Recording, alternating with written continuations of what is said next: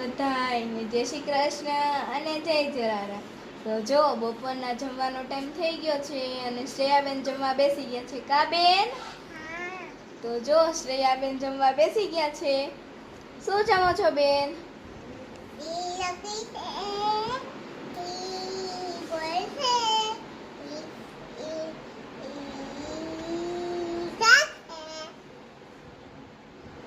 ઈ શું છે આ?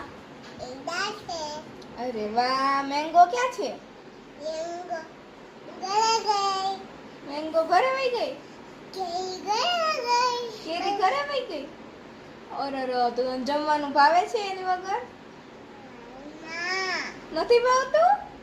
લે જો તો શ્રેયાબેન ને તો કેરી વગર જમવાનું ભાવતું જ નથી. કા બેન? હાલો બાય. જય શ્રી કૃષ્ણ.